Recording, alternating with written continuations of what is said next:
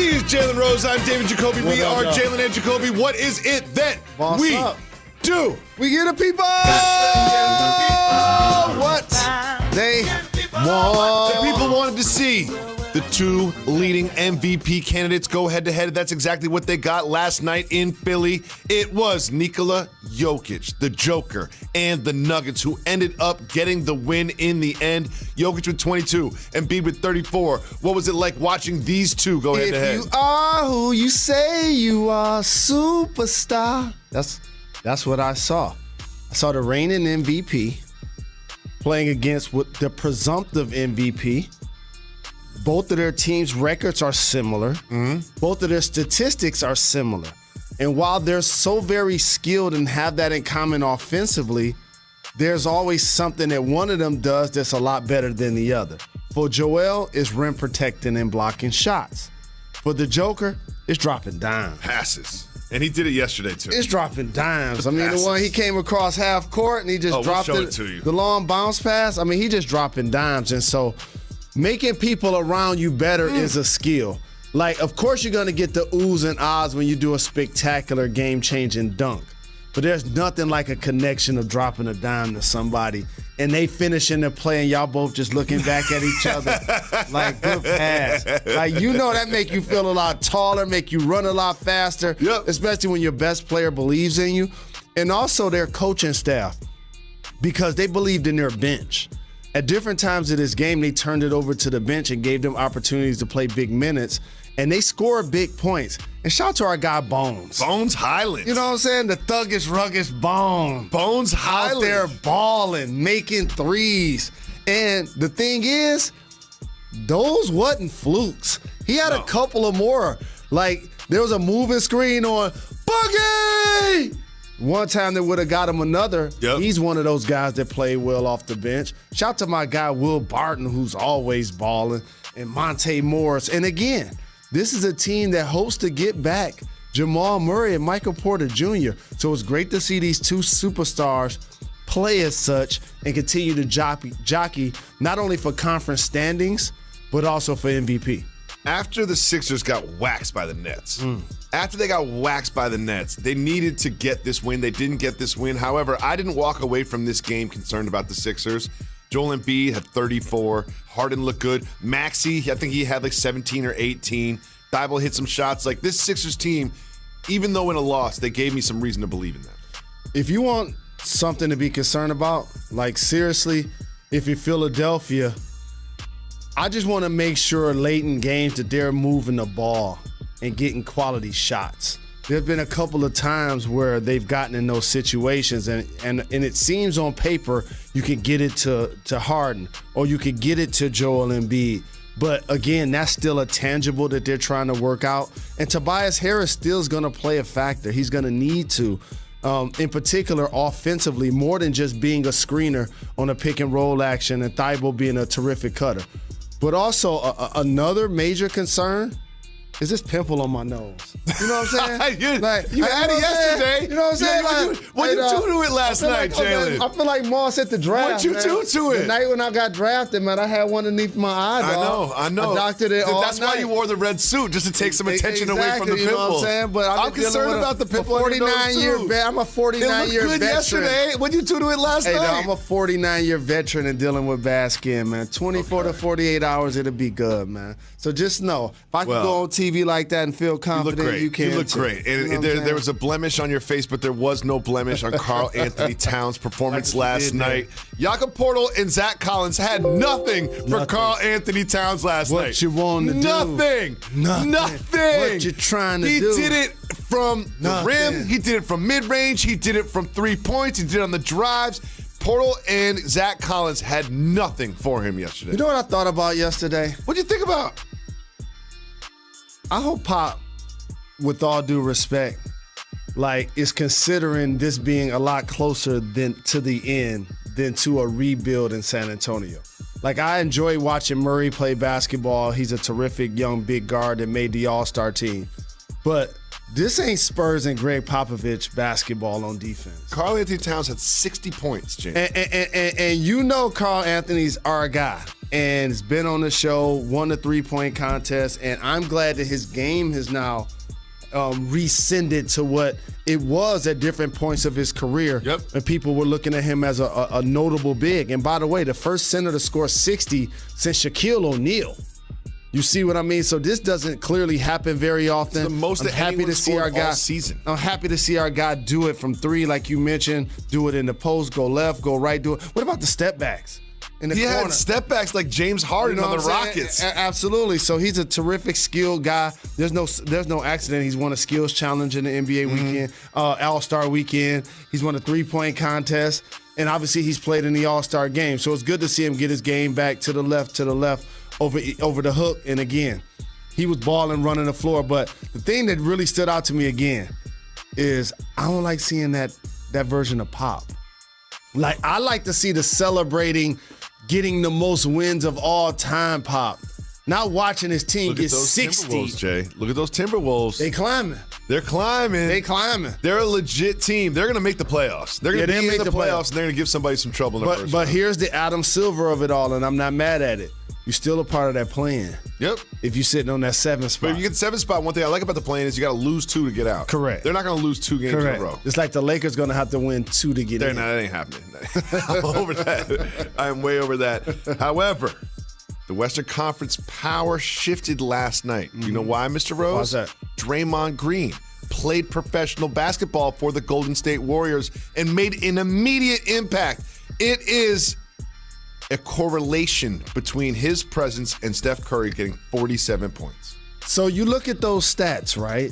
6, 7, and 6. Not eye-popping. No. Not necessarily game-changing. But you got to watch the game to see how it changes. But that's why you got to watch the actual impact that he has. And like our guy Stove God Cooks once said, it's what you do after the brick. The value of Draymond. So you could talk about his lack of shooting, and he did make a 3 in this game. But his impact on number 30 is something that ain't on a piece of paper. You can't. The screens he sets. That's his offensive lineman. That's his bodyguard. Yep. That's his 3-time champion teammate. That's his friend. That's his brother from another mother. He's back in the lineup and everything gets settled. Yep. The Splash Brothers get the run cut. You see Clay cut back door and get the layup. You saw the look that I told you about Giannis. Did you see Clay?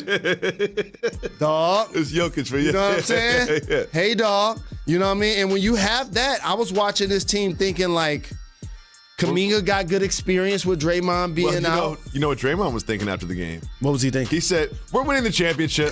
Straight up. He's been back for 1 game after 2 months out. For 1 game. Put a microphone in front of him and he says, we are going to win the championship. And I love to see like 2 Michiganders collide. You know what I'm saying? Saginaw's finest, Flint Town's finest. On a live play, Kuzma tried to throw it to himself off the backboard and Draymond got in the way. You know I paid attention to that. But in all honesty, though, since Draymond has returned, he also, like Aaron Rodgers, and by the way, I'd be really disappointed if Devontae Adams don't get his bread, and Tom Brady announcing he's coming back when the tournament brackets get released. Draymond understands how to master the moment in multimedia. And that savvy, I love it so very much. You know why? Because he knew it was Steph's birthday. Right? He knew they were playing the Wizards. He knew they were playing the Wizards. At home. And he knew he gave them a chance to lead up, give them a few practices. He could come out, not only make a statement on the floor, but make a statement on the microphone. And get us he said they winning a championship. He said he should be Defensive Player of the Year, and he only been back 1 game. 1 game. Good he job, said 6 points. Good he job, had 6 points, and he Good got job, us talking family. about him and That's celebrating my guy. him. That's my guy. And I'm telling you again, like Saginaw pride. There's got to be a little right. There's got to be a little part of Draymond that enjoyed the fact that they had struggles while he was out. There's got to be a little part that enjoyed the fact that his absence was almost as remarkable as his presence in that lineup. Never let someone tell you they don't want to be appreciated. Okay, the people that tell you, I don't care, it don't matter. Those be the people that care the most. Of course. You know what I'm saying? Jalen. What up, though? We have some very important news that matters. We do.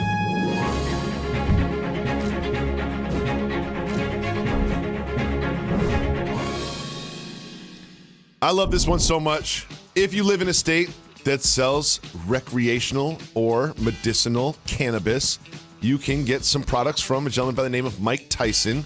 And Mike Tyson, I can't even say with a straight face. My God. Edibles that are shaped like ears. But here's my problem. They're shaped like ears with the bite already taken out of them. So I feel like it should be a full ear that you can then bite.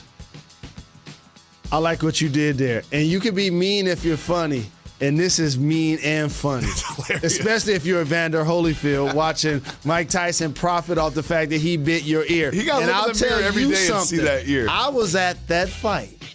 I sure was. And it's great to see Mike continue to reinvent himself, kind of like a George Foreman. Like, I remember watching him be a all-time great fighter that all of a sudden, you know, some of the greats like Muhammad Ali, and then reinvent himself with the grill, and then youngsters not even knowing that he was an all-time great fighter. That's now what's happening with Mike Tyson. He's entering a world where he has reinvented himself in movies and with products and appearances and training videos that now people know him from that. And you know what you know him from? Being my little guy. That's not fair. You know what I'm saying? Being my little guy. You know what I'm saying? Where's T.I. when I need him? Once referenced me as his little guy. Jalen's little guy. I'll never forget that. Me and Mike Tyson forever have beef. If you get jammed up, don't mention his name. I might have to journalistically, just as a journalist who takes, this research serious, I might have to try one of these gummies. I might have to try one of these gummies. Really? As a journalist, yeah. Okay, you would do that? If it's legal. Can you tell me if the ear is already bitten? I'll tell you, I'm going to eat the whole ear. I'm going to eat 2 ears. Jalen Rose, I'm so glad that we don't have the Lakers in the A block, because I'm done talking about them. It seems like LeBron's done playing with them. You saw last night LeBron was mad at his teammates as they faced the Raptors in another disappointing performance. The only block the Lakers. I care about is D-block. We'll be back right after this. Jalen and Jacoby is brought to you by Jardiance.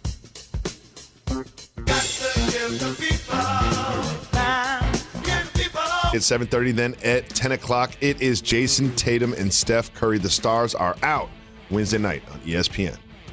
Coming to you live above the Heineken River Deck here at Pier 17, the Seaport, New York City. Welcome back to Jalen and Jacoby. Jalen Rose. The Lakers are a bad basketball team, and it was evident early in the game against the Raptors. They were down 21-2. 21-2. It was over before it started. This Lakers team is not making the playoffs.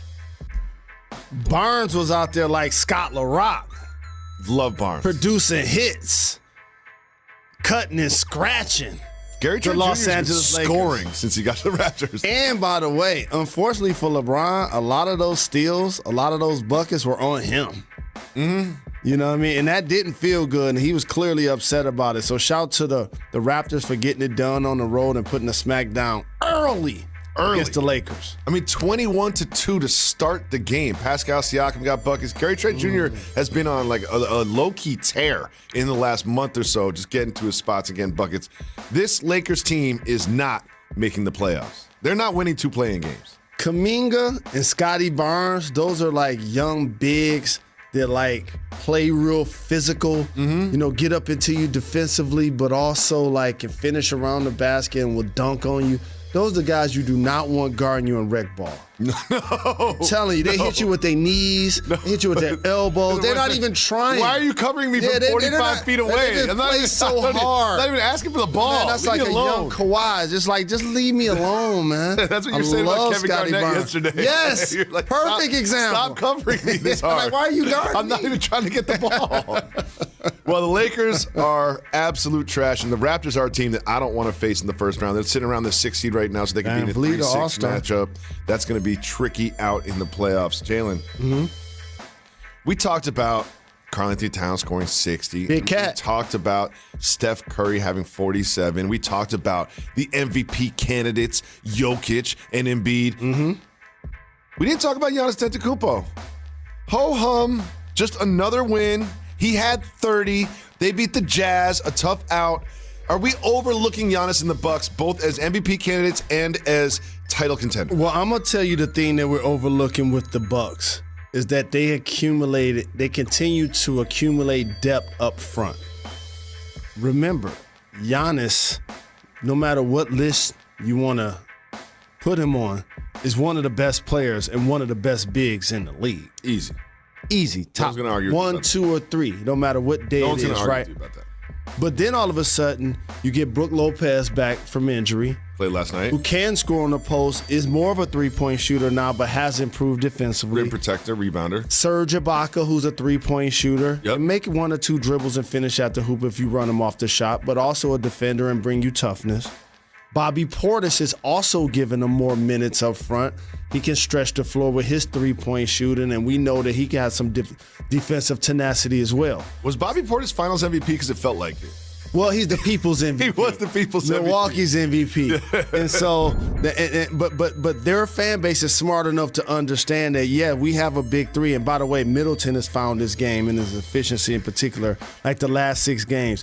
And Drew Holiday is the best player in the NBA that nobody ever talks about. Mm-hmm. Because in theory, he guards the best point guards. And he's productive against the best point guards. It's just that he just goes about his business. And by the way, he got a couple of brothers in the league. Yep. You know what I'm saying? And so I believe the Bucks, again, what they're doing up front and what Giannis continues to do all season still has to make them the favorite in the East. It doesn't have that new car smell that the Sixers and the Nets have. It's not exciting. There's no great story. They didn't change their roster from last year to this year that much. But they're winning games. And Giannis, as you mentioned, is one of the top 3 players in the league, however you want to shape it. A lot of great performances. We mentioned Steph 47, Karl-Anthony Towns 60, Trae Young 46 for the Hawks, and they beat the Blazers. Trae Young, they're sitting in a play-in position right now after being the 5 seed last year and going all the way to the Eastern Conference Finals. They've been a little disappointing, but do you see them getting into the playoffs? Let me just make sure I say something that sometimes get overlooked about the Hawks. What's up? That they made the Eastern Conference Finals last year. Doesn't feel like it.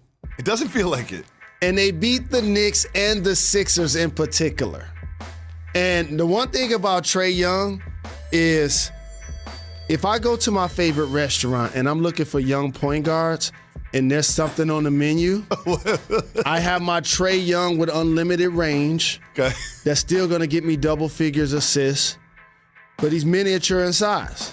Okay. I have my oversized guard, as I'll call him, in Luka, is going to get me supersized triple doubles, and I've seen him do it in the playoffs. I think he had 46 in Game 7 against the Clippers. And then I got the explosive athlete in Ja Morant, who leads the league in points in the paint. And so, like, those 3 guys, while you can look at their statistics and compare them in a lot of ways, they're vastly different on how they get it done. Yep. And it's like, the choice is yours. You can get with this. You can So get when you with that. go to your favorite restaurant, you order point guards off the menu. No, I order sake. Oh, okay. Moving on, Jalen Rose. Hot sake. Last week we learned that the role of Billy Hoyle of White Man Can't Jump will go to Jack Harlow. Now Quavo, lefty, big guard, lefty, just like you, wants to play Sidney Dean in White Man Can't Jump. Do you support this? Of course, that's my guy. Peace up, A-Town down. You know when the Fab Five was going through the NCAA tournament, fam? We went through Atlanta twice. Did. And you know the kinship that Detroit and Atlanta has. You can't drive. It was Detroit and the Bay. Both of those. I'm trying to tell you, you can't go 15 minutes in Atlanta without meeting somebody from Detroit. So with that being said, of course I want to see my guy Quavo get this role. And he can ball. A lefty, Quavo's got number game. 5, can shoot the 3. No doubt about it. Quavo's got game. He's got legitimate game. Who's going to play Rosario Dawson? It's not. What's her name? I'm telling you. You're the best. Rosario Dawson was like 3 when that movie came out. Her name? She's from Brooklyn. Yeah, I love her accent. Rosie Perez. Rosie Perez. Just Rosie came. Perez. Yeah, who's going to play Rosie Perez? That's a good one, right? We'll tell you right after. Oh, look at that. Jumpman. We should be the wash-up guys they beat in the first game. Jumpman. We should be in there. We got to get the OG. We got to get in there. We got to get the hairline OG Marcus Johnson. I should grow my hair out. Maybe I should grow my hair out and have some hair. Yeah, you might as well. You know what I'm saying? You might as well. Look at I should have you. never cut my hair off. I'm mad. Man, we You know got to what be I'm in saying? this. We got to be in this. Hey, you can be on national TV, bad hair day, bad skin day. Hey, it can be you one day. Wait, let's You work know on what I this mean? pimple, dog. It could be you one day. We'll be back right after this. You're watching Jalen and Jacoby and Jalen's Pimple.